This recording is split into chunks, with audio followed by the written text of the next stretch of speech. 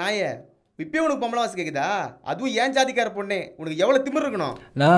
என்னை விட்டுருண்ணா, இந்த ஊர்லேயே இருக்க மாட்டேண்ணா, எங்கேயாச்சும் போயிடுறேண்ணா, எங்களை வாழ விடுங்கண்ணா. அட தூ, வாழ ஒண்ணுமா? இவளை எப்போ உன் மனசுல நினைச்சு அப்பயே உன் விதி முடிஞ்சு போச்சுடா. உங்க காலில் கூட விழுறேன், எங்களை விட்டுருங்க. அடுத்து காலை வெற்றி